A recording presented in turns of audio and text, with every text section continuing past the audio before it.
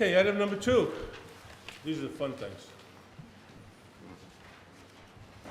Memorandum for myself with citation of the council, recognition of the Middletown High School Girls JV Volleyball State Championship. Motion to receive said memorandum and begin presentation. Second? Okay, motion second to receive. All in favor? Aye. I'm going to ask Council Santos to join me.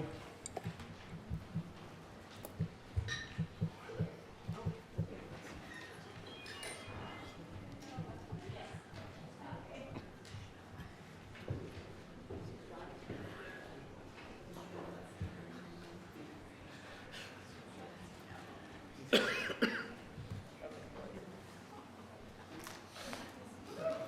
Dennis.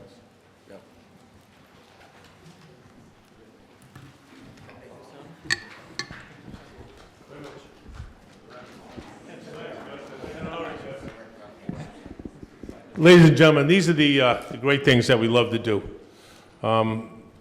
Very proud of our girls, the JV volleyball team, and we understand that, Gus, that you're looking forward to maybe another year next year, huh? Look strong again next year, huh? We have, this is Gus Stepton. He's the coach of the girls volleyball team. Ladies, we have, I'm going to ask you to all come up. Maybe you can get here, and if anybody wants to take any pictures, feel free to come on up and take the pictures. Just line up right here facing that way, ladies.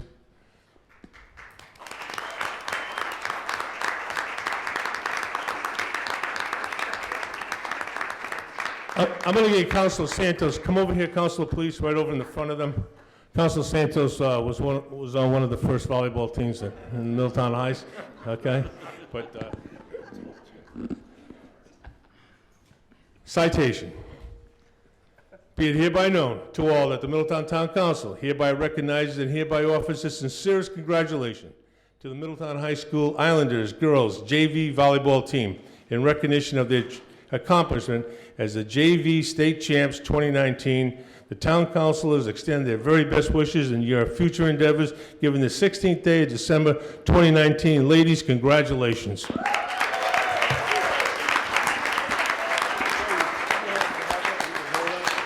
If anybody wants to come up and take in the,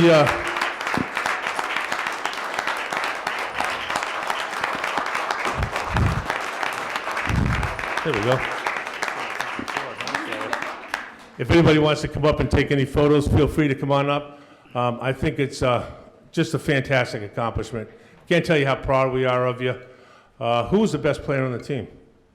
Oh, I wanted to see them all raise their hands. Usually they all raise their hand. Gus, any comments?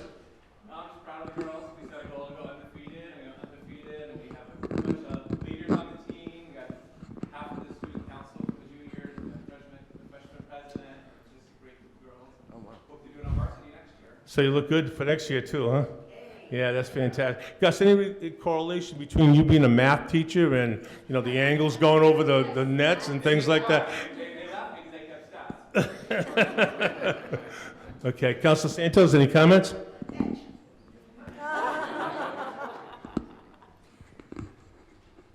Terrific. I am so proud of all of you. Really, really proud of you. Atta girl.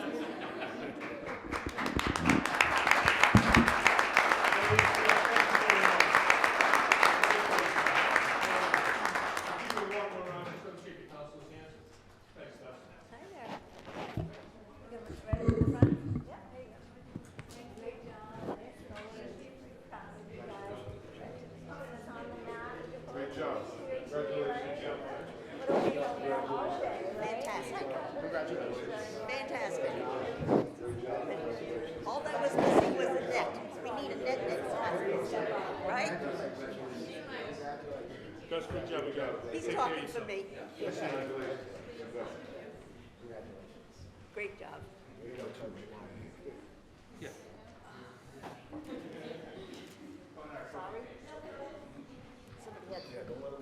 Okay, before you girls leave, Gus, before you leave, item number 3, communication of Gus Stephan, math teacher, MHS girls volleyball with enclosures, request for funds to purchase championship girl gear for the Middletown High School JV volleyball team. Motion to receive said communication and authorize $600 for championship gear for the Middletown High School JV volleyball team to be appropriated from the council president's Second. That motion is second. Any conversation?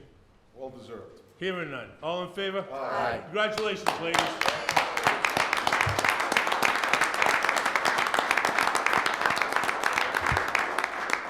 We'll see you next year as the varsity champs.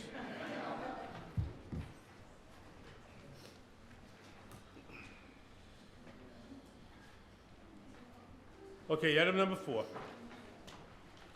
Memorandum of MPC Director through Town Administrator, data highlights and sustainability planning updates. Motion to receive said memorandum and begin presentation. Second. And motion is second to receive. All in favor? Aye.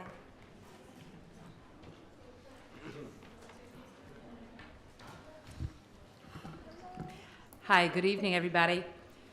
Good evening. Good evening, Lauren. Lori Pauley, our secretary, is passing out 2 handouts, 2 you. snapshots that I will refer to this evening. I am going to fly through the data and just give you highlights. We have spoken about some of these data points along the way. Jake and I are going to divide the time in half. I will be speaking to the data. He will be speaking to our sustainability planning. So in your packet, the top handout, the snapshot by prevalence, 30-day prevalence of use by year. If you would refer to that one first, you will note as you look at the substances that we are required to measure, they have gone down. Since 2012, when we started to do our surveying for cigarettes, alcohol, prescription drugs, and also ENDS products. And I think the data point that I most want to underline are the ENDS, is the ENDS data point, that in a 3-year period, we have reduced that, our ENDS, electronic nicotine delivery systems, i.e. vaping, by 4.4%, which we think is significant.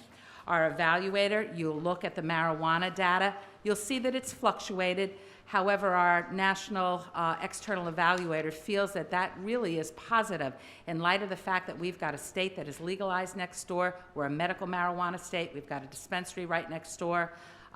We have marijuana decriminalization. She feels that that's positive, that we're holding our own on marijuana. If you would also flip to the second data snapshot, I'm going to highlight one point here that we raised to you during the budget season last year. If you look at the 30-day prevalence of use by grade, you will note that the 8th grade data points for alcohol, marijuana, and ENDS are higher than our 9th grade data points for those substances. And once again, we thank you for funding a prevention position for the middle school. It's really important that our prevention efforts move down into the lower grade levels, and thanks to you, we'll be able to do that this year. We are just finishing our hiring process, actually, for that person today as we speak. I would have you go back to the initial handout, flip over to the back side. Top right-hand corner, that graph is labeled long-term change. It's really our Middletown data compared to the state. That 0% line there is the state rate. You'll note that we are lower for all of the substances measured when you compare us to the state. So we are doing well, lots of successes there. Next, I would have you move to the top left corner to look at some of the focus group anecdotal data. If you skim through that and read it, you'll see that there are still issues of concern when we look at our qualitative data. You know, juuling is definitely a concern, as it is nationally. If you look under alcohol, top qualitative point there, that they're using, when we ask them why are kids using substances, to deal with stress, basically mental health issues. So we're seeing mental health issues, as they're seeing nationally, as an emerging trend. If you go down to the third item under alcohol, another trend that we're seeing is similar to the vaping and the ENDS. They're drinking flavored liquors, flavored vodkas and such as a trend. And most importantly, they're drinking hard and they're drinking fast. And we, over the years, have talked to you about binge drinking.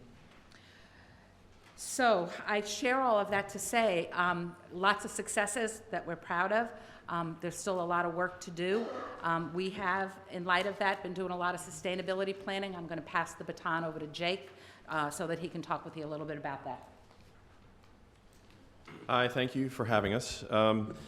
Lori's points were by far the more important part of this, but as most of you know, we've been working for the last 12 to 18 months on sustainability and looking at different ways that we can fund the operations that we do. One of the most important things that we did was formed a leadership team, which then developed into an advisory council to explore fundraising and philanthropic opportunities outside of our current budget system. In conjunction with that, we were lucky enough to have a partnership with the Van Buren Foundation, and we were part of a fund development practices group with 13 other nonprofit organizations on Aquidneck Island. It was sort of a training self-help type of a workshop that went over the course of a year, and we learned a lot of great things about how to set up the infrastructure of what we would need. And then we also received an additional grant specific to us outside of that group to work with a fund development consultant, which we have just started to do, and that also is helping our efforts to explore different fundraising opportunities for the coalition. And lastly, to try and overcome some of our shortfalls with our main grant coming to an end shortly, we did receive an additional $50,000 per year grant from SAMHSA focused on underage drinking. So those are the four main points that came out of this last 12-month effort. And I'm already a little bit over, so I want to say thank you, and we'll see you again sometime at another meeting. Thank you, Jake. Thank you, Lori, and thank you to your whole team. I see Mrs. Toronto's here tonight, member of the team, and a few other people. Go ahead. Laurie or Jake, when was the data gathered? It's gathered annually as part of a survey that we do at the schools. Yeah, the only reason I ask, because I know with the recent past couple of months when they came out with how harmful now vaping is, and, you know, I mean, I always thought it was harmful, but it was amazing to me that people that work for me is seeing vaping, and I'd say to them, I'd say, well, you know, that's as bad. Oh, no, that people were under the impression it was better than cigarettes. And now that data's coming out, so I think, that's why I asked when it was gathered, I think maybe the numbers might be even lower the next time. Hopefully they'll be lower the next time. I'm proud to say we were ahead of the curve. I think we were looking at this, 3 years ago, Right. based on some information that Lori had seen nationally. So we were able to put some things into place prior to other communities that I think have helped reduce the impact of that here locally for us. Yeah. But it's a very scary issue. But good job. Keep doing what you're doing. Just to piggyback back for a second, I think one of the things that has helped us to reduce those vaping numbers is that we use this data and share it with the school district, and whatever the substances of use are, those substances are chosen for that year's chemical health presentations. So we've been doing vaping presentations to the parents and the kids for the last 2 years. I would like to think that in conjunction with what the health educators are doing, the student assistance counselor is doing, is really making the difference. And we survey them again tomorrow, Paul, actually. Good. Thank you, Lori. Thank you, Jake. Okay, thank you. Thank you, committee. Okay, I was gonna move, I don't see anybody here from Newport, right? Ray. Ray, just Ray. Is Colleen coming, Ray? Okay, well, let's do the public forum first. Item number 5, pursuant to Rule 25 of the Rules of the Council, citizens may address the town on one subject only. Said subject, a substantive town business, neither discussed during the regular meeting nor related to personnel or job performance. Citizens may speak for no longer than 5 minutes and must submit a public participation form to the council clerk prior to the start of the meeting. All items discussed during this section will not be voted upon. Do we have any forms? No. Wow. Okay. All right. I'm going to move number 20 up. Okay, which is you, Ray. So, okay, so if you want to come up with the mic, but I'm going to read number 20 into it. But I just thought we'd move it up as a convenience to anybody that was coming from Newport. But apparently Colleen's not here or isn't coming. Tracy Shane's also here from the Newport Community School, which is Okay. part of the... Item number 20, this is a memorandum from myself in regards to JFK School. Okay, motion to receive said memorandum. Second? Have a motion second to receive. All in favor? Aye. My memorandum was this: Dear colleagues, I would like to discuss the potential leasing of the JFK School property to the City of Newport School Department and to Newport Community School for 1 additional year. This current lease expires in July 2020. Both organizations have requested an extension. Now, I put this on the docket. Months ago, I had talked to Colleen. She had called me, and I told her that we had asked Mr. Brown to look into the structures, see how structurally sound they were before we entertain it, and he said it was going to take him a few months. I promised her it'd be done prior to the end of the year. In fact, I told her it'd probably be done in one of our meetings in December. So I was a little at awe when I read the Newport Daily News the other day. Don't know if people have already made your plans, engaged to do the Pell School or not. If you have, maybe this is mute, maybe not. Ray? Well, sir, if I may, Who are you, please? I am Tracy Shea. I'm the Executive Director for the Newport Community School. I Thank think you. it's important to note that the Newport Community School is a separate entity of Okay. Newport Public Excellent. Schools, and we have a separate lease from Newport Okay. Public Schools. Thank you very much for identifying yourself. Ray? So I would say no, that we haven't, we did take a vote. It was based on the school building committee that we have going on with the, excuse me, with the ride stage. We had to identify options. I think the most recent vote you saw was we took steps that should JFK not have been available to the city of Newport for renting, then the next option would be the one you saw in the paper, that we Okay. would be bringing the students back to Pell. I don't think that it was anything that, we'll have to, probably redo the way that was voted at our next meeting in January, but it was done on the cautionary tale of making plans moving forward should we not be able to lease, Okay. so. Okay, and Ray, I appreciate that, because I was a little awe when I read it. Sounded like there was already a commitment made. However, I'm going to ask Mr. Brown in a minute to update us on the condition of the buildings. I don't know the total condition. I know some of the issues that we have over there, and I think it's open for discussion with the colleagues tonight, exactly what we want to do. And I put this in as an open docket item because I think it's important that items like this are spoken about and discussed openly, transparently, not in executive sessions where opinions after the fact and comments after the fact can be taken out of context. So this is a record of these conversations tonight. And Mr. Brown, having said that, is it fair to say that the lease of the two of these is roughly $200,000 a year?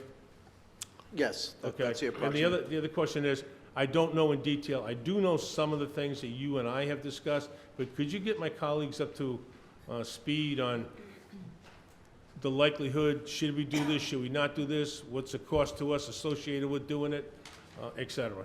Sure. So in your docket, we've included the report from Jacobs, the Facilities Condition Assessment Report.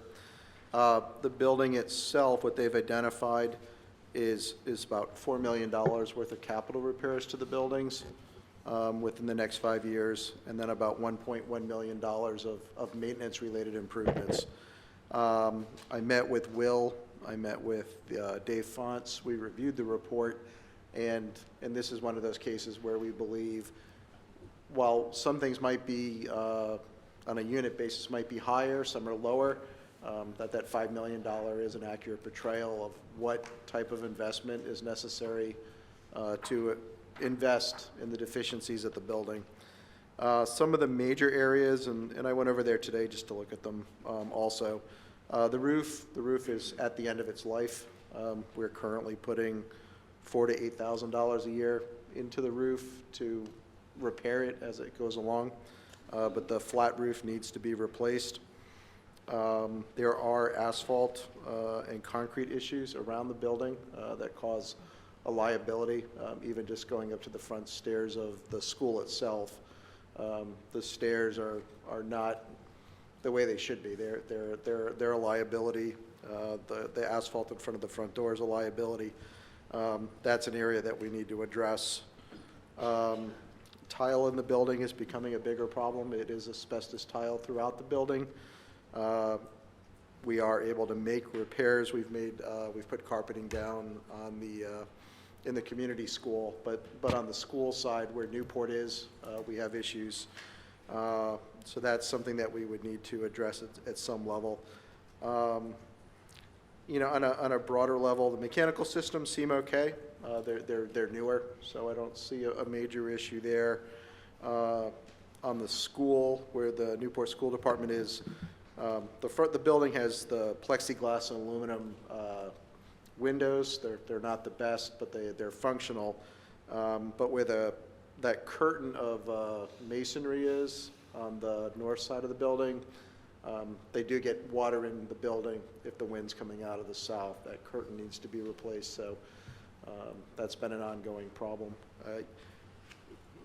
I think if we're extending for a year, you know, I think we need to just sit down and just discuss these issues and how we would structure the lease maybe to address those as far as what's expected out of the town, what's expected out of the tenants. We would need to address those.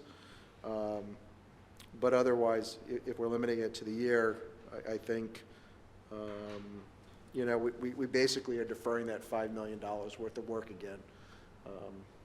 But given where the Newport Community School and where Newport School District is, that year may be important for their planning, so. Yes. So I think that's really the Mr. Brown, how consideration we're soon making. could you do that? I mean, I don't want to kick this can down the road any farther. I think it's time to make a decision whether we're going to do this or not do this. Do you really foresee us potentially spending a lot of money if we extended this year at least another year? I mean, we certainly don't have to put a brand-new roof on for 1.1 million. If we have to patch it, you said, The you roof, did- I would see doing the roof patching. The issue that I saw today is the asphalt in front of the area that the city of Newport's using. There are issues with that walkway, and I mean, what do you, I know this is probably an unfair question, but, you know, you've been around long enough. I mean, are we talking 10,000, 20,000? I mean, you know, I'm trying to weigh this. I want to weigh this. I don't want to turn the revenue down, but I don't want it to be an unsafe environment as well. I want to be able to afford them the opportunity to, you know, not to continue this any longer. We'll make a decision tonight whether we're going to do this or not going to do this. I mean, that's just my personal feeling. I mean, if, you know, I think the fronts, you know, the other, I think there's areas that need repair. The front steps, I think, need to be addressed. okay. But it doesn't sound like a great expense to me. Maybe I'm understating it. It's 4 concrete stairs. Okay. I mean, it Yeah. won't be, it's not going to be $50, but it's Yeah, not but going it's to be not the going end to of the be, world. you know, No. more so- than we're going to collect rent for. Correct. Okay. So my suggestion might be that we bring back leases for you to consider at the next meeting. You know, authorize me to do that, and then work out those details. Mhm. Does that fall within your time? The superintendent just got here. Colleen, if you want to come up and stand at the podium too. My apologies, I was at a Christmas concert, sorry. Would that give you enough time if we tighten this up for 2 weeks from now and had some leases prepared? Is that too far down the road for you, or is that within your time frame? I can only speak for my organization. As our board communicated to you via a letter that was sent about 3 weeks ago, we have plans, and unfortunately, we do need at least a 12-month extension for our plans beyond the 2020 date. Okay. It's But- just because we have, after 14 months, have identified a space. Okay, but right now, 2 weeks from now, to have a tentative lease to present to you, does that fall within your time frame? Fine by us. Colleen, you weren't here earlier, but we discussed the article in the paper, we discussed different things, so out of transparency, that's why we're having this at an open meeting, so nothing gets taken out of context. Is 2 weeks fall into a time frame for you if we come back with something for you? So I would say yes, it would, because any action we would have to take would be done at our January meeting. Okay. So that's in January before we would, depending on what. Be the- January 6th for us. Yeah, so our meeting would be, I think, the 8th. I think we're after, we're probably the night after. We might be, if it's a Monday night, we're probably the 7th. Okay. But any action we would have to take, we could take that then to, like I said, undo what we preliminarily had talked about. But again, it was based on making decisions that we had to move forward with. So Understood. we, depending on the terms of the lease, yes, we could, 2 weeks You is can make gonna that be- happen if you got it formalized on the 6th. Yes. Good. Any Based on, colleagues wanna make Colleen any just said comments? the meeting's the 14th, so that Okay. gives us a week. So we're If not, I'll make a motion directing Mr. Brown to put that together for January 6th. It'll be on the docket again for January 6th, and we can get everybody back in here. Go ahead. So, for me, in the grand scheme of what the town wants to do out in West Main in that particular area, it goes beyond just the lease to you. I'm all for leasing it to you. I've always been for leasing it to you, because of the revenue, and it keeps the building active and heated and not left abandoned like Linden School was. And we all know what happened to Linden School. It started with a 3-inch crack in the wall, and the building was shut down, and it got mold, and all of a sudden, it was unusable. So, this building, according to the data I have, or we have, this building wasn't built in the 50s, like most of our schools. This building was built in 1979. If that's accurate, that's what we have. This is not an old building here we're talking about, guys. So, to me, this is just the next step in the progression of taking it down. That's what I'm seeing here. It goes beyond you. This is not directed at you. This goes beyond that for me. It goes into the grand scheme of the whole West Main Road and what some of the town councilors want to do out there, and they proposed out there. So, this building's 1979. I don't see councils or any other people ripping down their house when it's 40 years old. I don't see that. I see other uses for this property. We have senior housing issues, we have young family housing issues that we could potentially fulfill. So, for me, to keep putting money off, none of us would do it to our own house, our own properties. We shouldn't be doing it to town properties. Mr. President? Councilor Flynn. So my question is for Mr. Brown, if you know the answer to this. The work that the Jacobs report is outlining, that the building, the deficiencies of the building, is that something that you would anticipate having to empty the building to do the work? It would have to be, I mean, we do work like that on our current schools. They do it in the summer when nobody's around. I'm just wondering if this work, because I'm not that familiar with the construction, does the building have to be empty, or could it be done in the summer? Could we chip away at some of these deficiencies and get that building improved? I think a $4 or $5 million investment to fix the deficiencies is better than replacing it for $12 million. I believe that's what the report says. I don't believe the building would have to be emptied to do the work. Okay. So that may be another conversation. The issue is funding.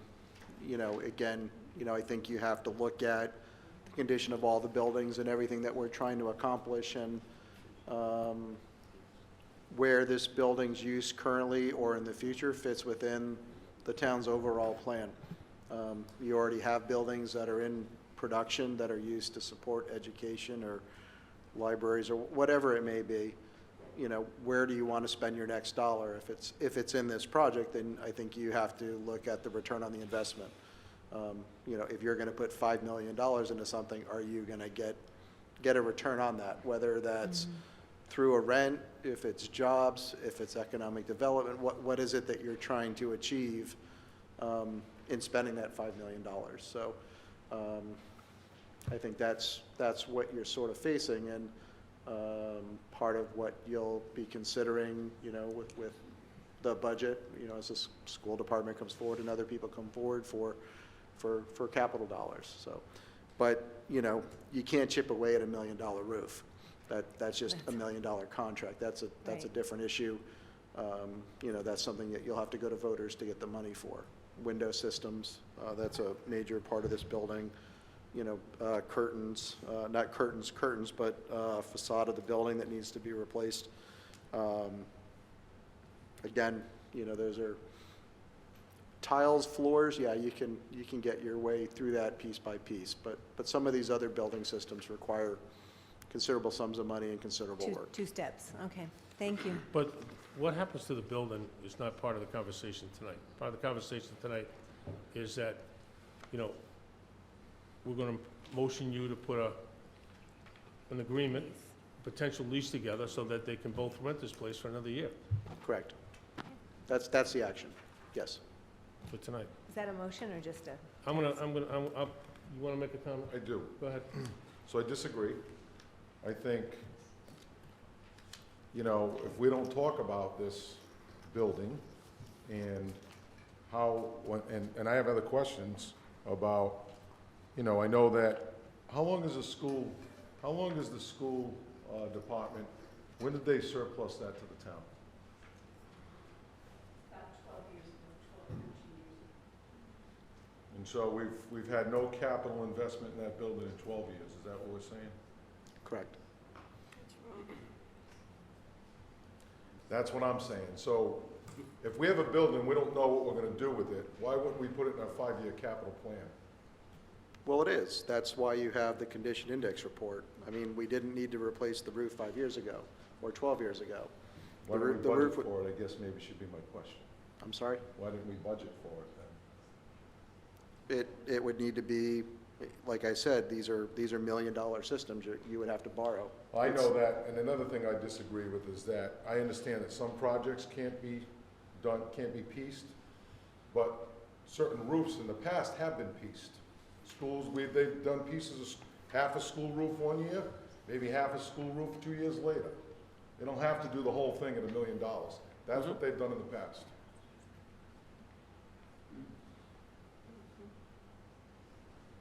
Okay. I'm gonna make a motion that we have Mr. Brown working with the solicitor, put potential leases together to bring back to the January 6th council meeting, to present to those in attendance here tonight.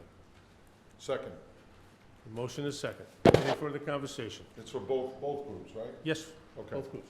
okay. Motion is second. Any further conversation? Hearing none. All in favor? Aye. Thank you. Thank you. Have a nice holiday. You too, thank you.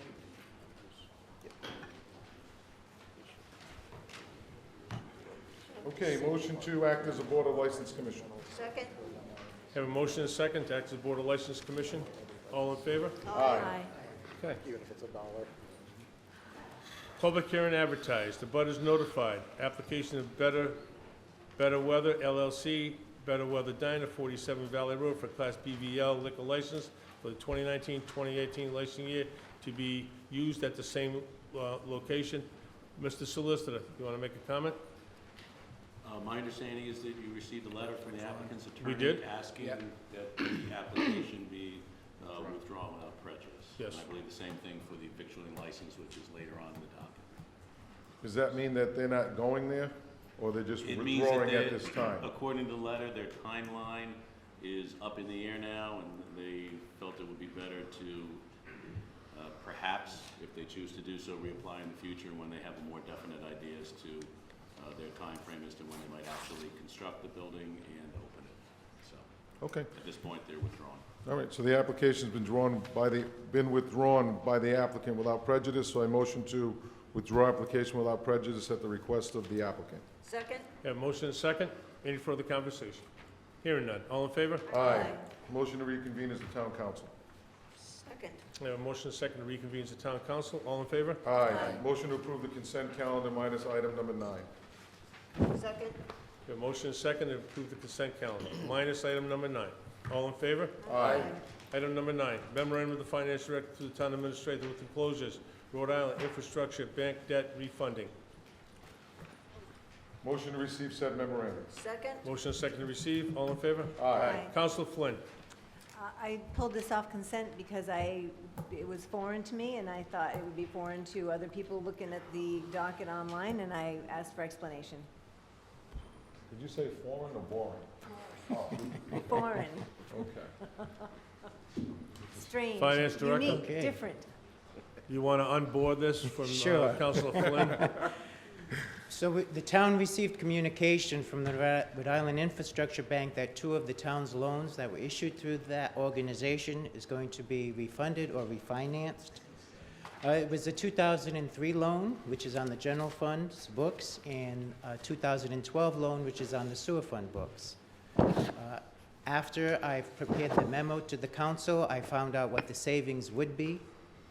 It's a very small savings of $1,585 for the general fund loan and $6,510 for the sewer fund loan. And in communications with the financial advisors, because these are small loans, we will not be charged any fees for doing this refunding. So it's purely savings. So it's really not refunding, it's refinancing. In government, we call it refunding. Well, that's confusing. So that's why I But not said, boring. that's why I said, Definitely not boring. boring anymore. Okay. that's why I did include the refinancing at the beginning. Okay. Thank you very You're much. welcome. Any Okay. questions? Thank you, Counselor Flynn. Thank you, Thank you Mr. for the Finance savings. Director. Thank you, Mark. Okay. Licenses. Number 13. We don't have any, there's no. That's all withdrawn.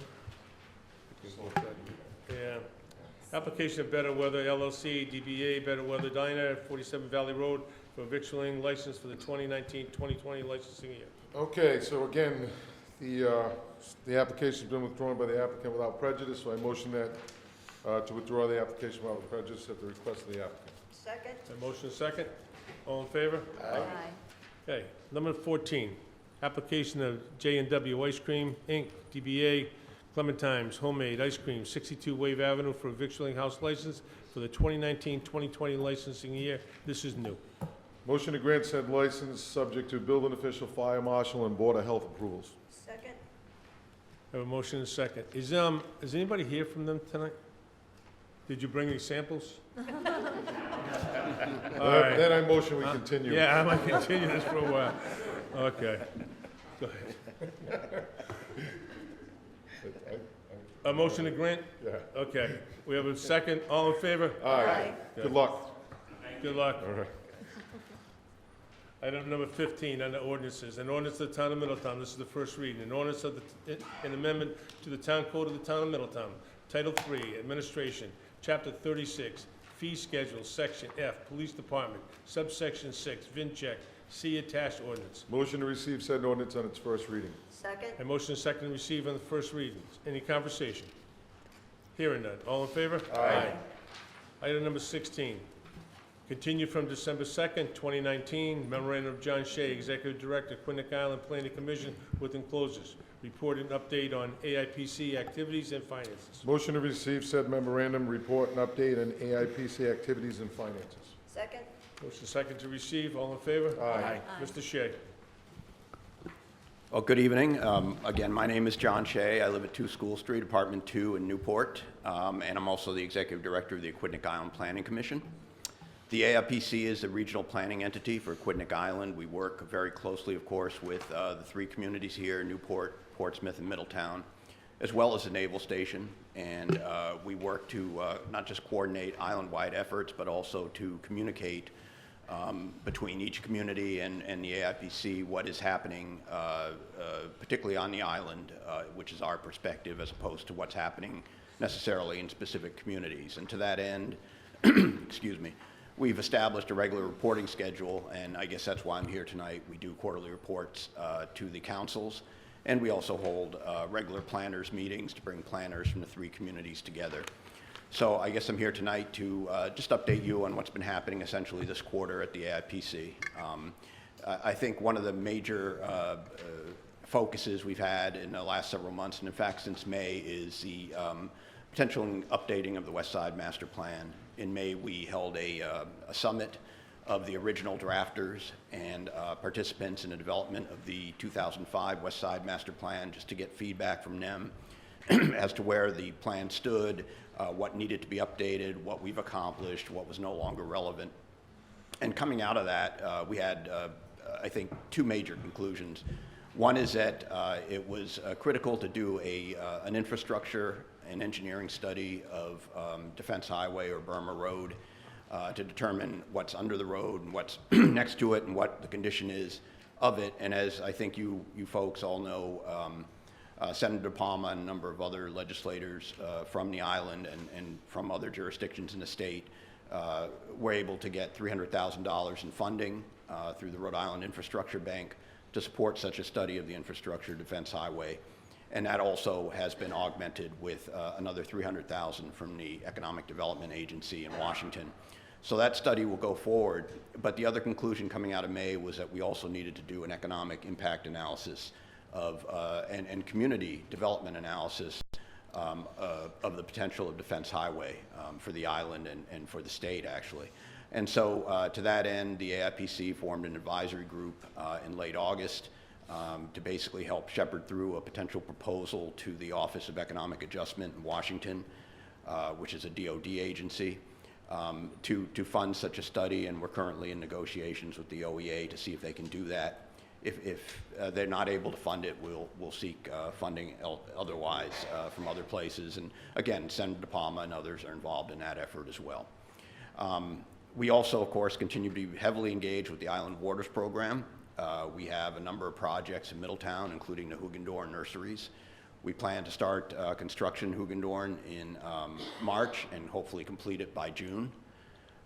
Furthermore, we just recently received another $100,000 from the SNEP program to augment EPA and DEM funding we have for Wibbits construction in the 3 towns in the island, including a project along Island Drive in Middletown, which will have direct implications for the quality of water, particularly coming into Sisson Pond, which is one of our drinking water reservoirs on the island.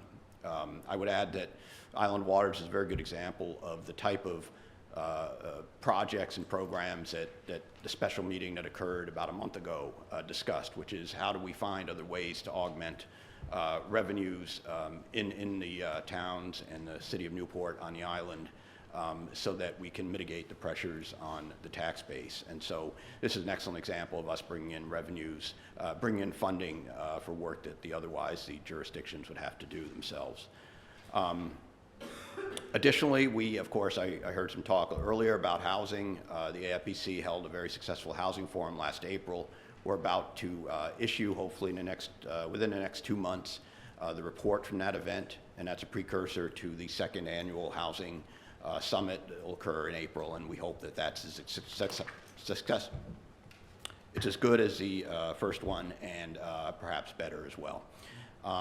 And finally, I guess, we just did a month or 2 ago a very successful Coyote Smart Island event, which brought together communities on the island to talk about the issues they're facing with the coyote population and why it's occurring and what they can do to help mitigate the problems caused by coyotes on the island. And so I know I only have 5 minutes, but I want to add that those are just a few of the things we're working on, but that's kind of our little quarterly snapshot. And I just want to stress that the AIPC exists to not just help support the communities on the island, but help augment your resources and provide you additional planning resources to your staff and your communities. And we greatly appreciate the support you've shown us. So with that, I'll stop, but I'll certainly happy to entertain any questions people might have. Any councilors have any questions? Councilor Toronto? Yeah. Thank you for coming in tonight.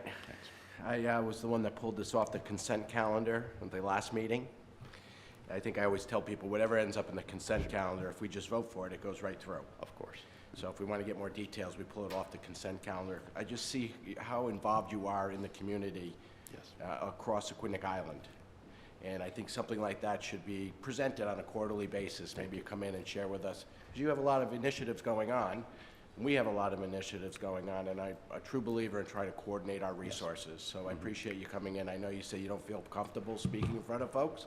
I think you did a great job. Well, thank you very much. I appreciate that. And thank you for coming in. Thank you. Councilor Lombardi. So, John, thanks for coming in. Thanks. And just for the record, I sit as the council liaison to the AIPC, so I kind of have more of an insight to some of the projects that are going on. But one of the confusion with some of my colleagues and some of the people in the audience, the West Side Master Plan, as opposed to the West Main Road corridor issue that we were addressing, are two separate plans, two separate initiatives.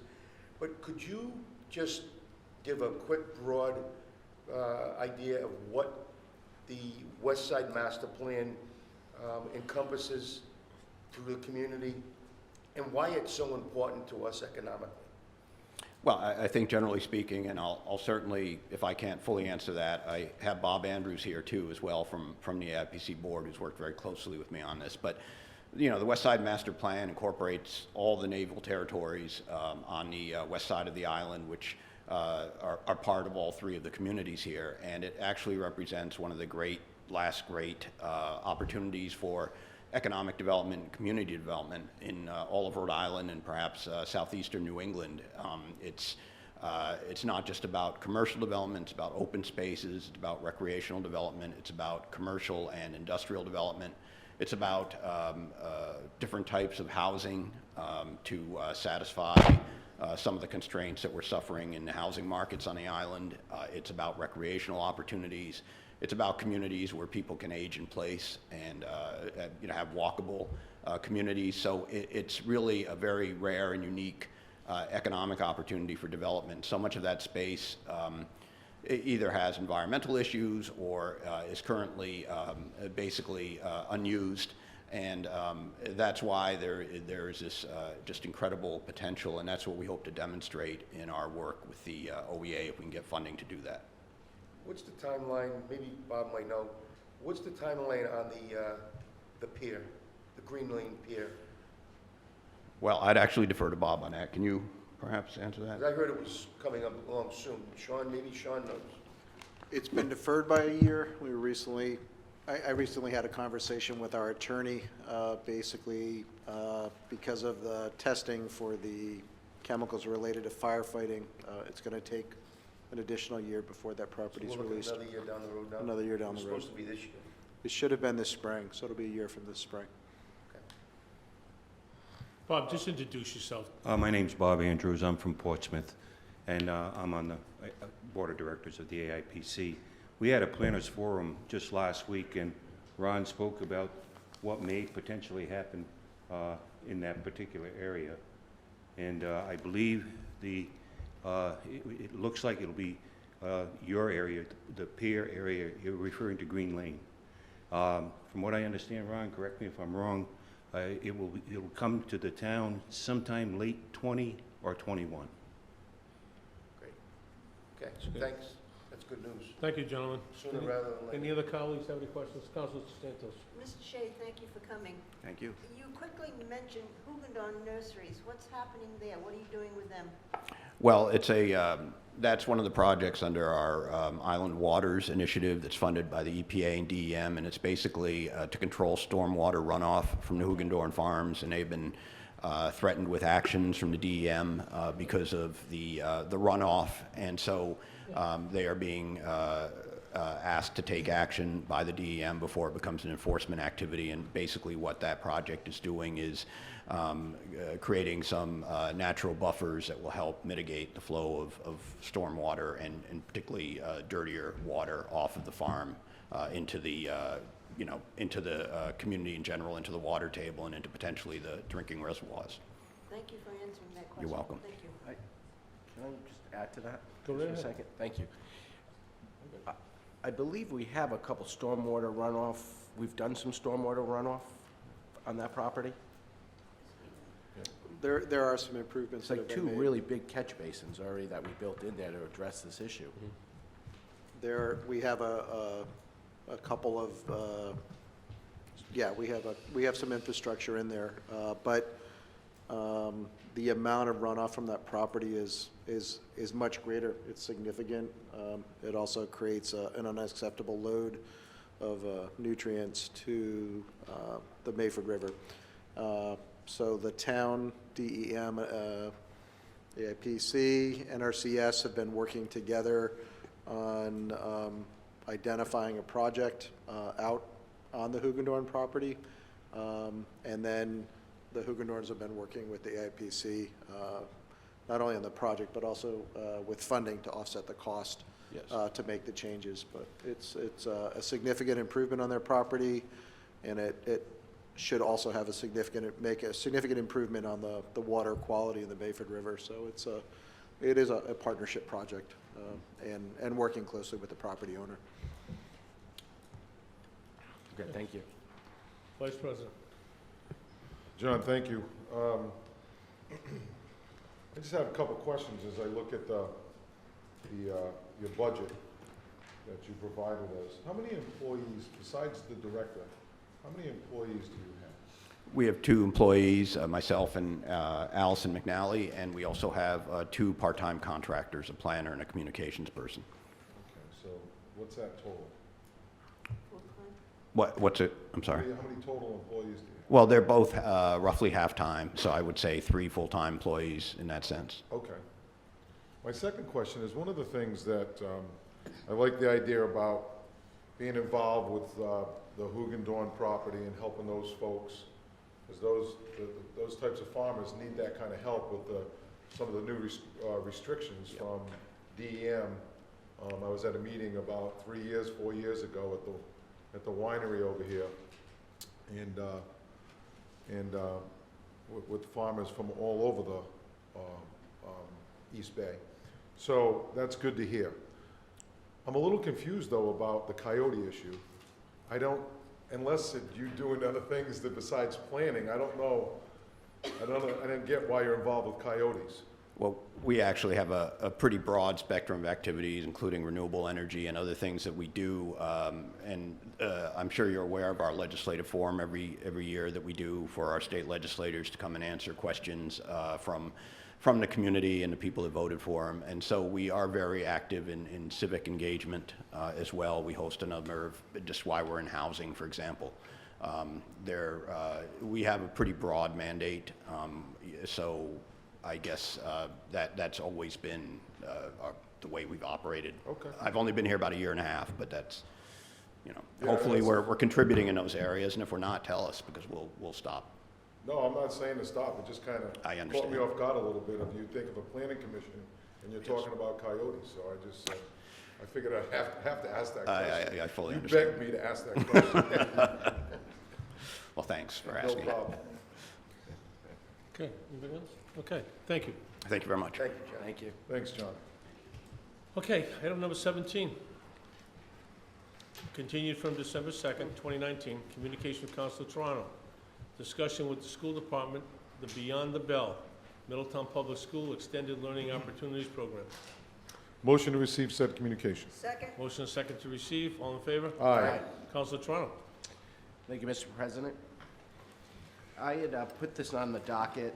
I was at a school committee meeting, and at the meeting, they announced a program called Beyond the Bell, which I found very interesting. Myself and Councilwoman Terry Flynn actually went up and met with the Lieutenant Governor up in Providence. I had heard that he had done a program in Cumberland. It was the mayor's office, and it was a department that was set up in the community to assist with after-school education. There was a lot more to it, but primarily it was to help children who needed additional guidance or help in their education, and it was provided by the town. And it was supported by the community. And as he explained to us, initially with the school committee, it was a little bit who's doing what and why, and just trying to combine resources. And one of the things he had said was, they found out the community was able to work with the schools closely because the teachers realized the kids were becoming more educated before getting to school. So when they were arriving at school, they were better prepared to be educated rather than the teachers educating them and trying to bring them forward. So I thought, wow, that was pretty interesting. What really surprised me is it's been going on for 10 years. I thought he was going to say 1 year, 2 years, 10 years. And he's starting to see the results of it coming out. So I thought, I emailed the council about what we did. Actually, the Lieutenant Governor came in and spoke, told us about the program he was running. And then you announced this program, and I thought, wow, this is really great. So I was just hoping you maybe come explain to us or tell us a little bit about the program, when you started, how's this rolling, and maybe how we can work together. Thank you for having me. Michelle Fonseca. I'm the Assistant Superintendent for Teaching and Learning. This is not a new program for Middletown, but it is reimagined and rebranded. We've had some silos of enrichment programming, and we've also had some intervention programming. So this kind of combines everything in one neat package beyond the bell. And so I did pass out a folder tonight so that you could see exactly kind of what the components look like, but this is our current program, session 1. We will have 3 sessions. We work in partnership with the Middletown Child Opportunity Zone, Middletown Newport Child Opportunity Zone. This first session is completely funded on grants, the biggest grant being our McKinney-Vento homeless grant, which allows for extra extended learning time for students before, after school, even programs for in the evening for parents. I did get a chance to look closely at the program that you were referring to. Oh, great. Thank And there's a lot of similarities between our missions, which is great, but also there are some great components of that program that we would love to build to. One mainly being that backpack to briefcases program that they have in the 7 through 12. Right now we're a K through 8 program, and we are session 2 going to be extended through grade 12. So that backpack to briefcases program looked really like something that we would be mirroring and working towards. Also that 0 to 5 component. We have child outreach, we have screenings, but we can always be better at that education before they come to us. So we know that component as well is super important. And I know that the OCYL program based most of theirs on the early literacy standards. We do the same. They kept nice small class ratios in their programming. We are trying to do exactly the same as that. And it's going to be something that we want to build and make robust in our community. We have been working with a lot of community partners, and this wouldn't be possible without them, namely the COSI. And the Child Opportunity Zone has been around for a long time. Christina Ruth is the director, Newport Middletown. She's here tonight. Abby Dunn is our director inside of Middletown. I know you can remember Carmela Gear. She was COSI way back, and I've been in the district for 21 years, and I will say we've always had some component of an extended program, but this one now we just want to build and really make exciting for our students and our families. We've also talked about what we can do for parents, and you know, with our test scores the way they are and our achievement, we want to really build up students with interventions, but we also want to educate our families. So what is math looking like now? Because we know that has certainly changed a lot over time, so we want to bring our families in.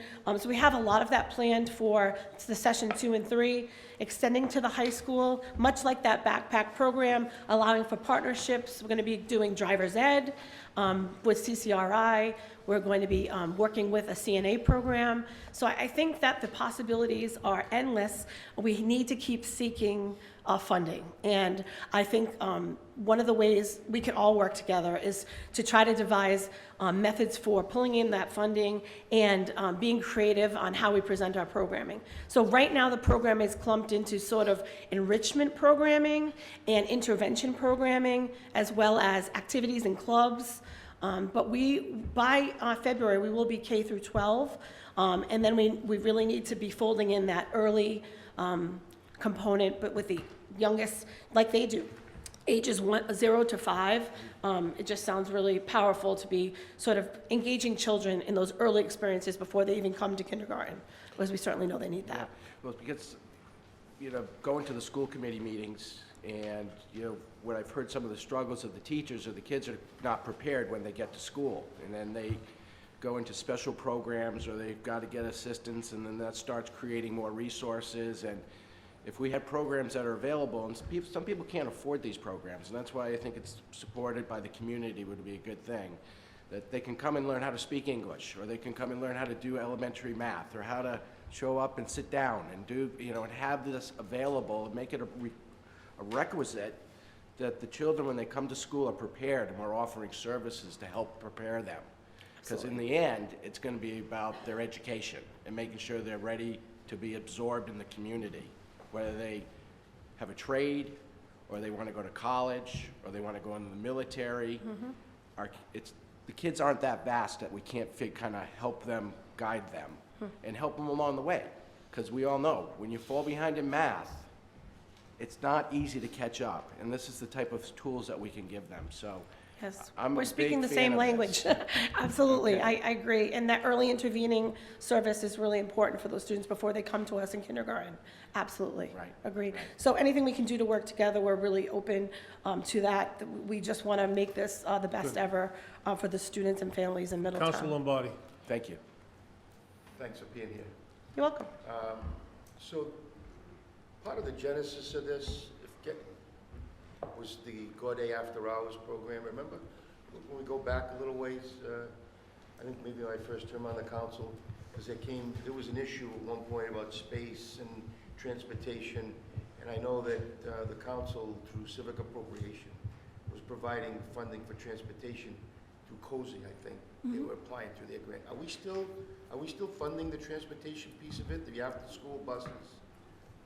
We're not? Through COSI or through? Well, it started out as the council giving the money one year, and then after that, it was applied through a civic appropriation, and I believe it might have been through COSI. Okay. I'm just wondering, are we still doing that? I'm going to have Christine come up. She's director of COSI. Hi, Christine. Good evening. Thank you for allowing me to come up. Yes, we do still receive civic appropriations funds, and you're correct. We had asked several years ago to fund the transportation. We continue to put in a request under our East Bay Community Action Program, which is our parent agency, and the council awards about $7,000 a year. Right now, it doesn't support. That was the number for the buses. Correct. Right now, it doesn't fund buses. It actually supports the cost for us to be able to bring in providers, community partners who come in and facilitate programs, and also to help offset the cost for families, because we do collect a little bit of money for families that can afford to contribute a little bit to the cost of the programs. So it helps to offset that for students that have, have challenges, because we want to make sure that the program is accessible to everybody and there's no barriers to participation. So because a lot of this is after school. Before or after? Yeah. Right. So are we okay with transportation? Is that working out all right now? So we have, in the brochure, you'll see a little yellow bus anytime we can provide transportation. And through the grant that we have, the McKinney-Vento grant, we have been able to provide transportation on Tuesdays and Thursdays from all 3 schools. So we have offered that. Because I think this program, as well as the Lieutenant Governor's program, and you say that there's a lot of components there, and I see that kind of dovetail and they fit in. These are the kind of programs we should be supporting as a community, outside the school budget, but we should be supporting it as a community. And this is a great start. Fantastic job. Thank you. My compliments on this. We're excited about it. Council Santos. Thank you for coming.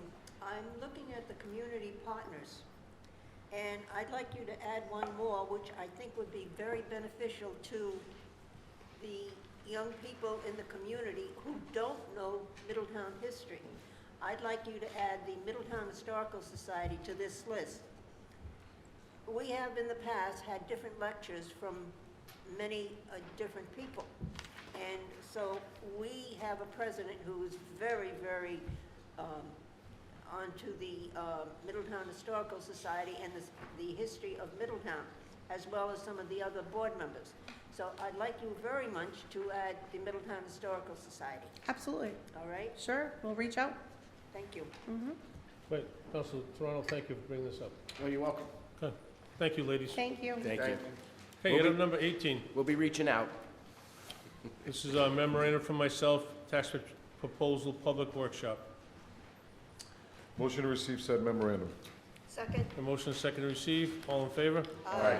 The purpose of this communication I put on the docket tonight was to agree upon, if we can, formally on a schedule, a special meeting to solicit information and suggestions from the public in regards to any possible adjustments to our current taxing methods.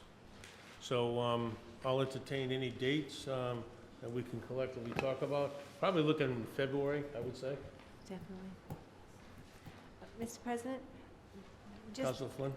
wondering what the, I guess, the steps would be from this workshop. You know, we've had a lot of workshops where this has been touched on many times. That people brought it up at the RIPEC workshop. They brought it up at the long-term tax revenue idea workshop. So there are a lot of ideas already on record. I'm just wondering, you know, what do you see the steps being with another dedicated workshop? Well, I see the purpose of it, if that's what you're alluding to. No, The purpose just of it being that there's, I don't think you can have enough, gather enough information and things like this. This is serious. If we're gonna change our tax methodology, then we wanna solicit as much information as we can. And perhaps at this next one, and we have spoken about other potential ideas, maybe we can start to get a short list. And then we can have, you know, more public hearings, and then maybe put a proposal together.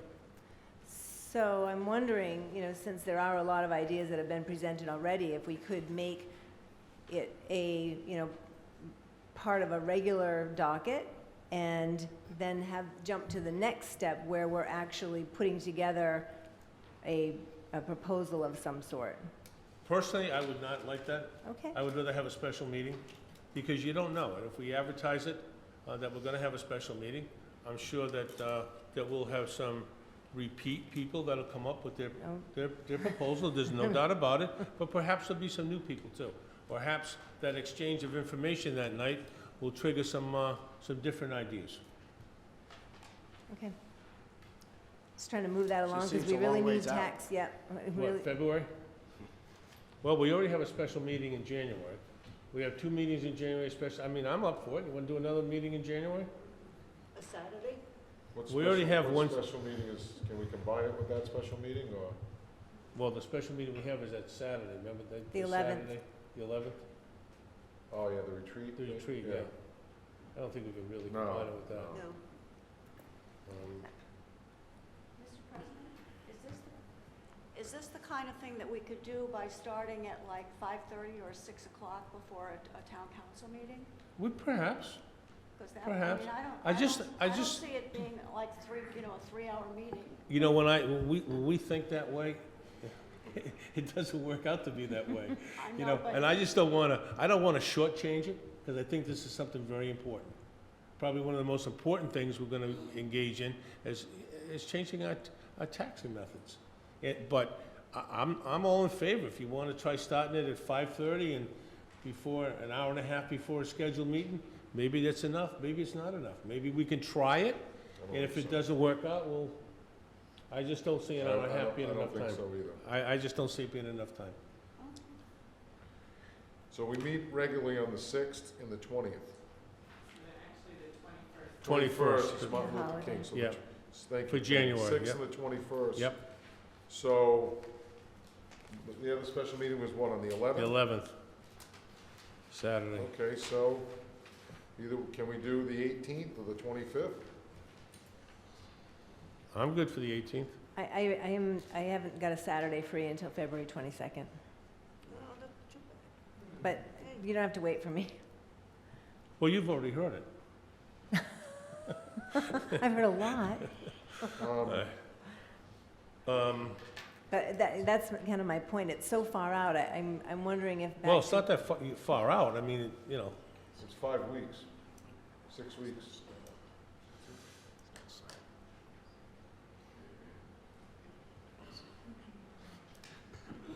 We have February, there's a meeting on the 18th already, which is a regular council meeting, correct? Not, February, our meetings are the 3rd and the 17th. 18th, Yeah. right.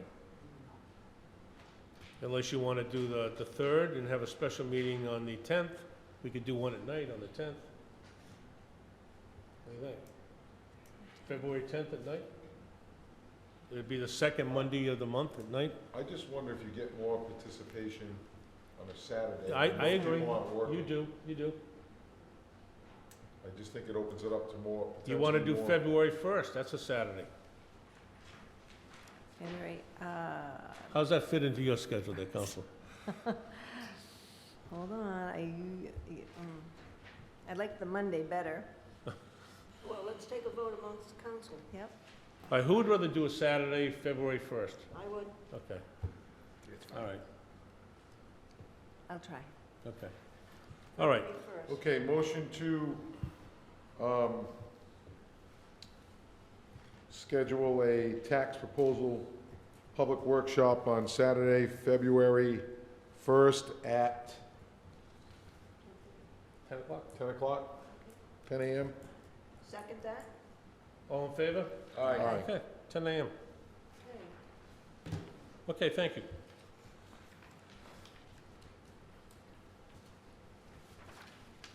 Item number 19, memorandum of the council from myself, general parking rules, chapter 72. I asked the police chief and our town solicitor to put something together in regards to this, put a little bit more teeth into our parking rules, and they came up with what you saw on my docket item.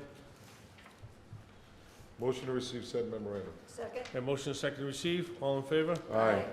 Okay. Does, go ahead. You good? I'm good. Okay, motion to place the recommended changes to the general parking rules, chapter 72, on the next regular council docket, January 6, 2020, for its first reading. Second? Motion and second, all in favor? Aye. Okay, thank you. Okay, we're going to item number 21 now, memorandum of Council Santos, Middletown Historical Society, winter lectures. Motion to receive said memorandum. Thank you, Mr. President. We have motion and second to receive, all in favor? Aye. Council Santos. Thank you, Mr. President. In the past, the Middletown Historical Society has had different lectures, winter lectures, starting in the new year. This year, we're attempting something a little bit different. Instead of going out to the public and getting some historian people to come in and talk about different history things, the White House and the town and so forth, we have asked the 3 of our department heads, the tax assessor, the police chief, and the coordinator for the trash and recycle, to start to do our lectures. And this is an opportunity for residents to come in. It's free, and it starts at 2 p.m., and it's located at Paradise School at the corner of Paradise and Prospect Avenue. These lectures are free and open to the public, and refreshments will be served. And it's an opportunity for the residents to come in and ask our town officials certain questions that they would rather not come into the town hall, or they can't, or whatever.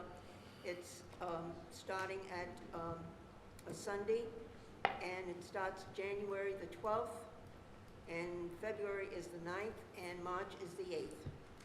So they all start at 2 p.m., and it's about 2 hours, and you can ask all your questions of these department heads, and so forth. I think it was a great idea. Yeah, Council Santos, great idea.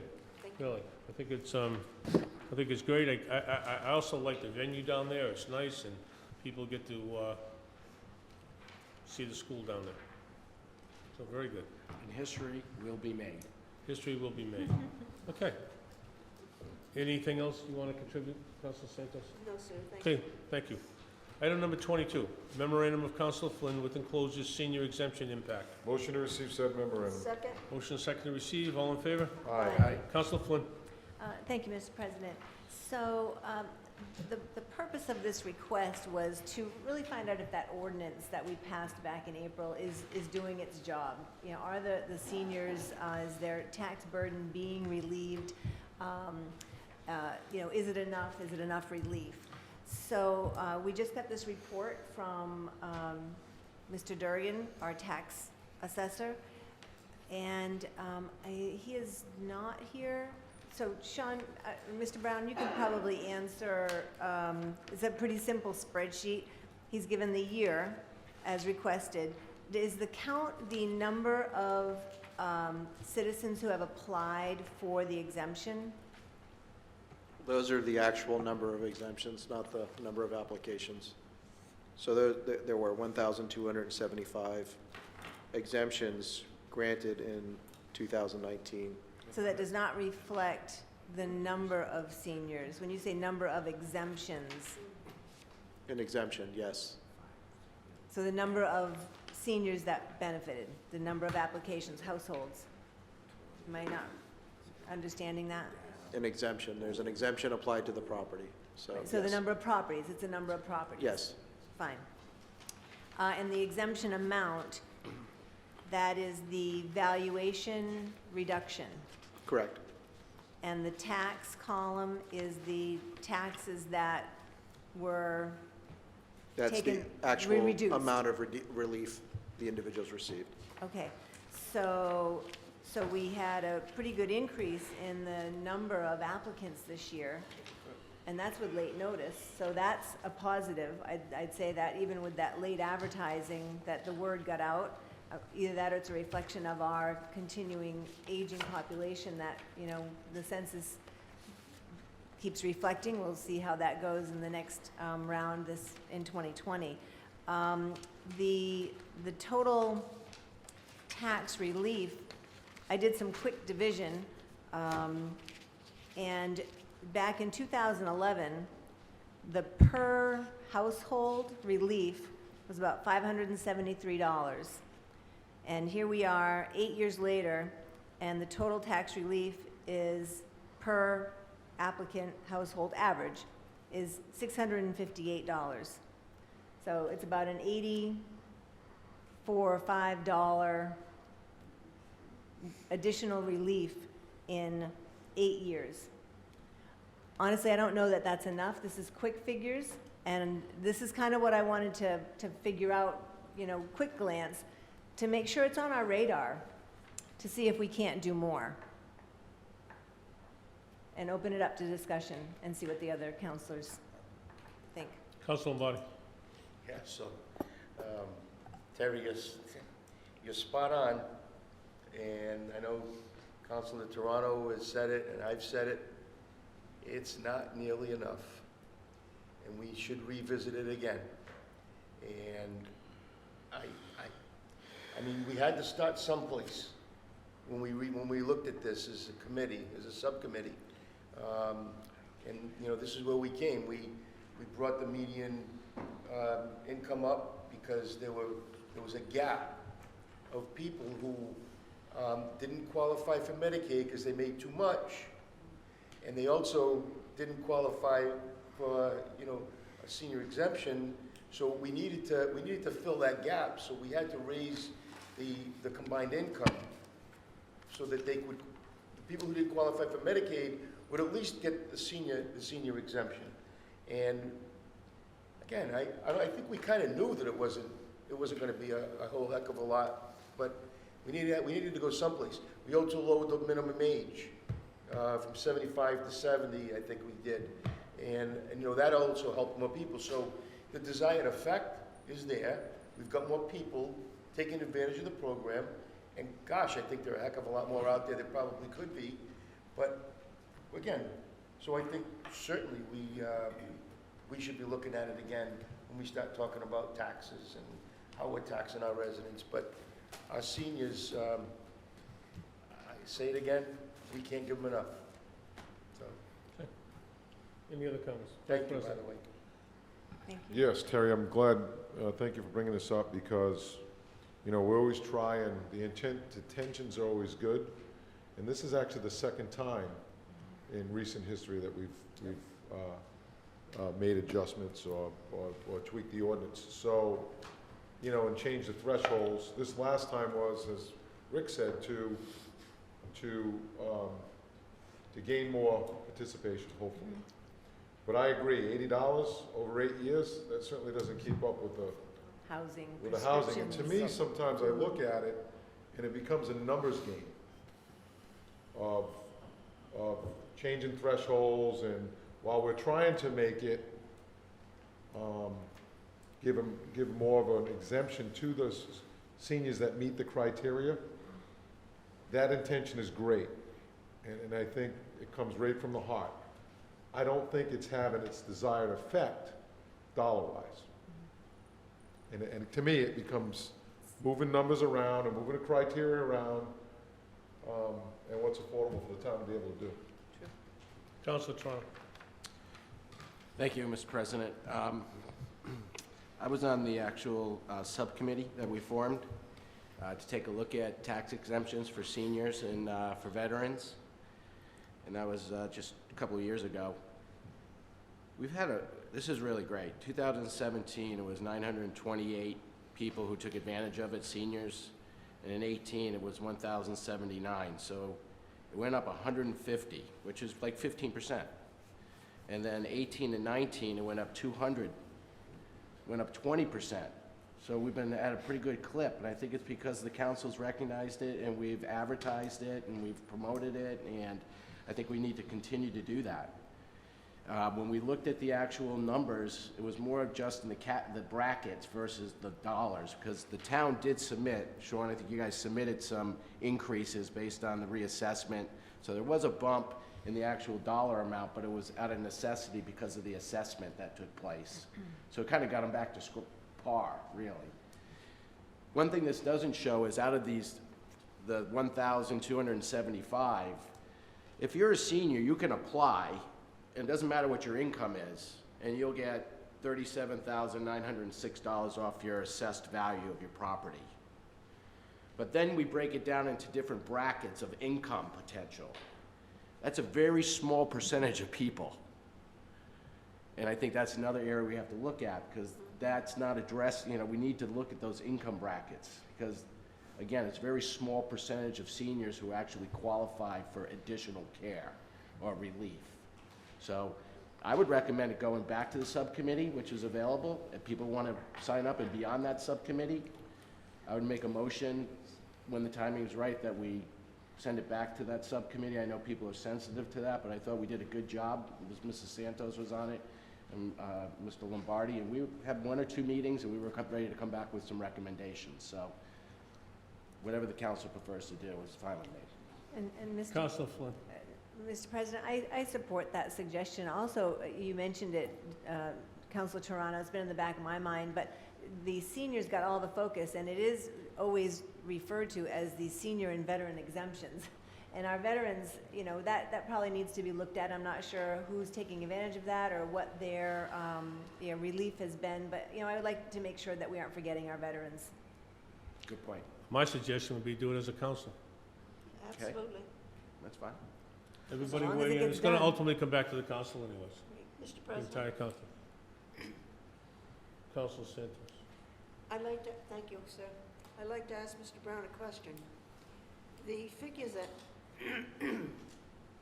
excuse me, figures that George has given us, is that only based on senior exemptions, or does that include income exemption?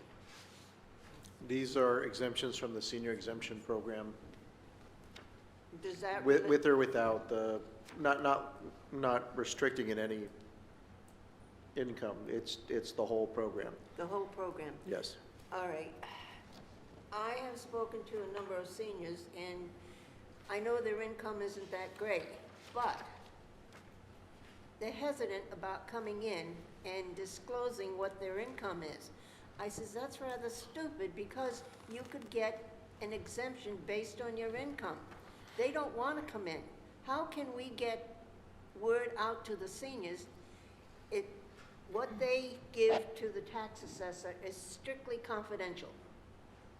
It's not out for publication, but they still are hesitant about coming in. Is that a true statement? I was just going to ask the Is same that a thing. true, wait a minute. Is that a true statement, Mr. Solicitor? That would be public information, wouldn't it? If you're receiving a tax break for something, The fact that you're receiving a break. Because of your public income, information. that would be public information, correct? Correct. Yeah, so, There would be It a list would of, be the list public of whoever information. has an exemption. For example, if a property is being sold and the new buyer doesn't have the exemption, in order to prorate taxes, you've got to understand whether there's an existing senior exemption or veterans exemption that wouldn't apply to the new owner. So that information is publicly That's not the available. question. No. the question is the Question about- person applying. No, applying, okay, I want to go in and get, I have my veterans exemption, my senior exemption. Mhm. I want an exemption based on my income. Okay. Is that information made public? It is, because it's in the tax roll, because the exemption is listed that you're, No, I'm talking about how much my income is, what do I Not get from... not specifically, but the fact that you're getting an exemption and the amount of the exemption is. But it could be held So public they to an could be- inquiry, though, couldn't it? That's why they Excuse me? don't... It could be held public to an inquiry. If somebody said, hey, Peter Regan's getting this, what is he Yeah, I claiming mean, for if his someone comes in income? with a copy of their tax return and someone requests a copy of that, we're not gonna provide it because in my opinion, that would be an unwarranted invasion of privacy that would be exempt from the Public Records Act. But the fact that the exemption is there, the amount of the exemption, someone can extrapolate from that what Yeah. their income is, but that takes, So, I Mr. don't know that anyone's gonna do that. So clarification, Mr. Regan, on, in that scenario, the only thing that someone from the general public could find out is the range that that person who applies income is in. They could find out who's got the exemption, the amount of the exemption, and they could extrapolate The the range, range not themselves. what- If they wanted, if someone wanted to go to that effort. But that's what they would know. Then. Yes. That's the answer. That's why Okay. they don't come in. All right. Well, there's no way around that, Counselor. No. All right. Thank you, Counselor Flynn. Thank you.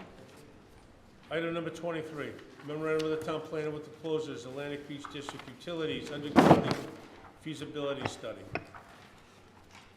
Motion to receive said memorandum. Second? Motion second to receive, all in favor? Mr. Bagwell? Bob, can I just ask a question? Sure. Can we back up? So what are we doing with the senior exemption? I mean, are we doing it as a council? What are we We're doing? doing it as a council. Okay. I know Mr. you said Bagwell. that, but I didn't. Mr. President, I'm recusing. Is that my, as an abutter to the district? Okay. Do I push the button for the timer? No, I'm gonna push the button. Mr. You're gonna Bagwell. push my button, okay, good. I'm gonna push your button. Hey, he's pretty good at pushing buttons. I'm sure, well, I'm pretty good also. I'm Just, afraid. we'll even give you the grace period, your name and address, Mr. Okay. Bagwell. He's a Jo- senior. Oh, you started already. John Bagwell, 587 Tuckerman. I'll speak very quickly. First of all, I've read this report, very thorough, and it focuses on the cost of running the lines down Aquidneck Avenue. I would urge the council, I'm going to read from a memo that I've given to you. I urge the council to consider this undergrounding project a work in progress, one that will help the town achieve the goal laid out in the Atlantic Beach District Master Plan and the comp plan. Let us not forget the goal. The goal is to remove the utility lines and the overhead utility lines from the area encompassed by the Atlantic Beach District. Over 2 years ago, Grow Smart Rhode Island, an organization that promotes good design, identified the lower Aquidneck Avenue area as one of the 4 worst roadways in the state. I was sitting at a meeting up in Providence, saw that, I said, well, I'm pretty familiar with that.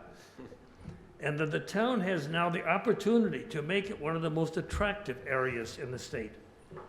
Now, there are 3 elements. We've seen one of them. There are 3 elements: the cost of the project, the benefits to the town of the project, and third, the revenues available to fund the project. Now, what this National Grid report does is focus on the cost. So the question is, where to bury the utility lines? And the route may impact the cost.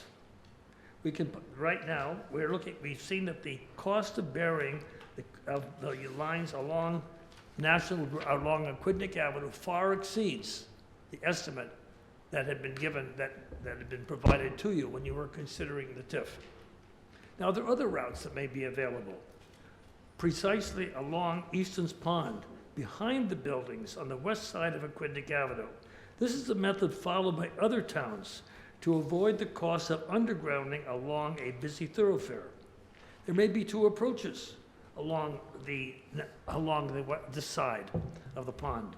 First of all, there's the existing National Grid utility poles right now that run along the pond from the substation to Newport, with the underground connections to properties along the west and east sides of Purgatory, Wave, and Crest. Ron Wolanski has asked National Grid to indicate the impact on the electrical costs of handling the move of the lines, the move of the lines to this area. Secondly, you could underground the main line. Rather than put them along the poles, you could underground. Now that has two advantages. First of all, it would make them more resilient, open the berm along the pond, on the east side of the pond, to a walkway, similar to what they have on the other side of the pond. Now so at this point, getting the costs is a work in progress. Now secondly, what's the value to the town of undergrounding the project? We've got to understand, I haven't heard anything specifically about the value to the town of the project. Making a decision based only on the cost would be like evaluating an oil well project without considering the value of the oil. Oversimplification perhaps, but I think that's a key part. And third is the third part of this is the funding. A bond to finance the undergrounding project would be funded by the increased property taxes attributable to the properties in the Atlantic Beach District, measured from the December 11th, 31st, 2016 baseline. The funding shortfall that's apparent at this time may not be relevant for a project that would not begin for 2 to 3 years. The $5 million approximately revenue was based on the fiscal year 2019 revenues. What we need is an up-to-date funding source and brought up to the 12/31/20 valuation. There'll be a reevaluation in a year. This would provide the TIF funds that are available in fiscal year 2022 to finance a bond to fund the project. And the assessor can make ballpark projections for a revaluation, projections that can provide a more realistic source of revenue to fund an undergrounding project 2 to 3 years in the future. Period. That's the end of my comments. But I think this is a work in progress. I agree. It's a work in progress. Good. I just wanted to throw that out. Thank you. Ron, did you want to make any comments in regards to this?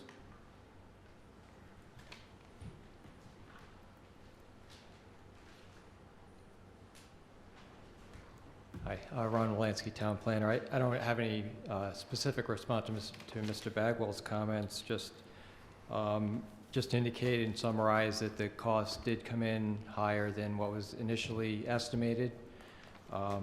We've got roughly a $10 million project now to do the undergrounding once you include the cost for the electrical as well as the telephone and cable television, undergrounding all of those utilities.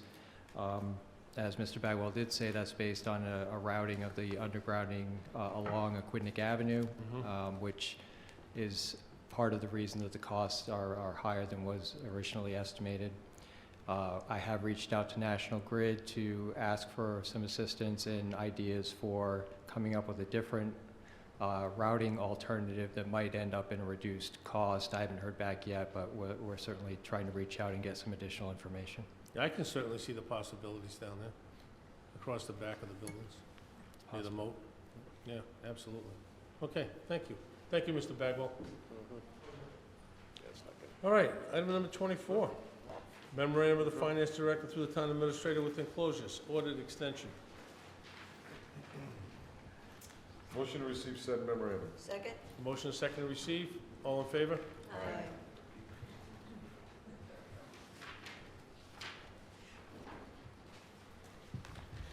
Good evening, Mr. President, members of the council. I'm here tonight to let you know that the town did request an extension to file the annual audit. That request was issued and submitted to the Auditor General. Part of the process for the application to extend the audit is the letter from the town indicating the request and what the date they want to extend the filing of the audit to, and also the auditors have to provide a letter identifying what's outstanding. So you have my memo and the letter that was issued to the Auditor General. On Friday, we did have a call, which is also part of the process. The town and school and the auditors and the Auditor General's office had a telephone conversation to make sure that everyone's on the same page as what needs to be filed and what is outstanding, and if the timeline is appropriate. And the Auditor General's office indicated that their recommendation would be to approve the extension. On my letter, which is this, to the Auditor General, page 2, item 3 identifies the reasons why we had to ask for the extension. And the reason is, on the school side, there were personnel changes that have resulted in shifting of workloads, and it was accompanied by staff shortages. This has delayed the filing of client-prepared documents to the auditors, which those items were listed on my memo, which came from the auditors themselves. Secondly, we also have to have the new transparency report approved by the state, and then we also have to have the audit committee after that. So that is all what has delayed the audit. The letter from the auditors also they have to identify what is still needing to be provided to them, which they've indicated that the draft financials, which we do prepare our own financials, so once we provide those to the auditors, they need time to still review those and make sure that those are accurate. And they also identify that the MTP also has to be included. Do you have any idea when we're going to be done? The extension is requested to February 21st, which the audit committee meeting would be the 3rd. It's a Tuesday of February. We have to have the financials by the end of January 24th, to the auditors for them to have enough time to review. Councilor, any Yes, questions? please. Councilor Question. Santos. Is this the first time we've asked for an extension? No. No, okay. Number 2, how long has this audit firm been with us? This is their 4th year. 4th year. Okay, thank you. Any other questions? No, sir. Okay, thank you. Thank you. Item number 25, memorandum of the Finance Director to the Town Administrator with enclosures Town Pension Plan Actual Valuation Report, June 30th, 2019. Motion to receive said memorandum and town pension actuarial evaluation report, June 30th, 2019. Second? Motion is second. All in favor? Aye. Any discussion? Okay, hearing none. Item number 26, memorandum of the Finance Director to the Town Administrator with enclosures Town OPEB Actuarial Evaluation Report, June 30th, 2019. Motion to receive said memorandum in town OPEB actuarial valuation report, June 30th, 2019. Second? Motion is second. All in favor? Aye. I do have a quick question. Go ahead, Councilor Toronto. Looking at I might have shot by this, but the net pension liability, Yes, that's on number 25, item 25. yeah, sorry about that. Yep. We gotta take this offline, please, just let me know, okay? No? Um, It's up to the Am council I president. understanding this right, that it's 58 million? That's the total liability for the private pension plan. Right. Actuarially computed, yes. Net position currently is 60,000, or excuse me, 60 million? So that's the assets, yes. So in essence, we're 104% funded? Correct, yes. And you know, that number varies, right? I mean, the better the market does, the better this plan will do. It changes every year, yes, based Could on be many more and more. assumptions. Yep. And what happens with the Performance. extra dollars that are in there? Well, they stay in the plan. Every year, the funding will change. Right now, if you look at the actuary determined contribution, it's 0 because we're 100% funded. So depending on what the market does in current year, it will affect the percentages. It will change every year. Right. And there's some assumptions that are made down here in regards to what percentage it might grow at. Yes. One number that jumps out at me, it says it's an average inflation rate of 3%. We haven't had inflation in many years.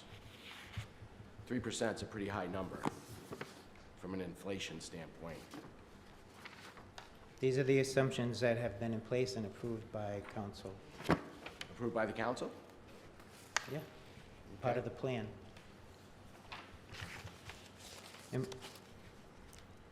because they're saying if it goes up 7.5%, and then we have inflation for 3%, then we'd be netting down to 4.5%.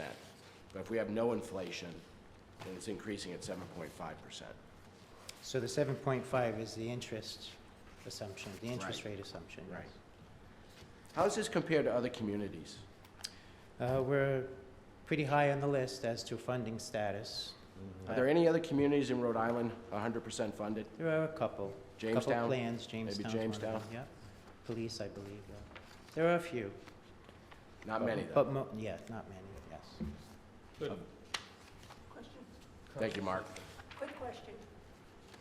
Where can I find John Hancock's figures on this?